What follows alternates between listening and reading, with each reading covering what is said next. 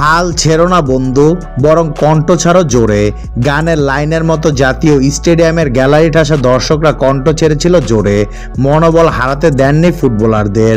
সিঙ্গাপুরের বিপক্ষে Asia cup বাছাইয়ের ম্যাচে ফলাফল পক্ষে না এলেও হামজা, শামী, তারিক কাজীদের নিবেদন ছিল দেখার মতো। ম্যাচ শেষে হামজার মলিন বদল বিষাদের আভা ছড়ালেও তাসকিন আহমেদ বললেন, উঁচু থাক শির। ম্যাচের শেষ বাঁশি বাজিয়েছে রেফারি।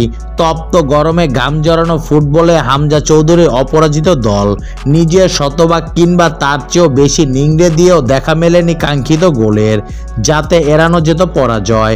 হামজা হতাশ হয়ে বসে রইল জাতীয় স্টেডিয়ামের সবুজ গালিচায়।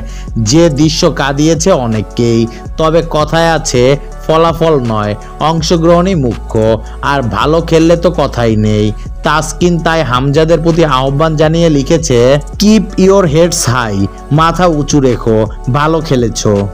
ভালো ফুটবল প্রদর্শনের যে চেষ্টা হামজা শামীমরা করেছে, 10 জুন এটি বাংলাদেশের প্রাপ্তি।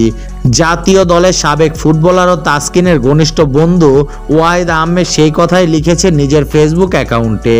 তার মতে, ভালো ফুটবল খেলে হারলেও দুঃখ নেই।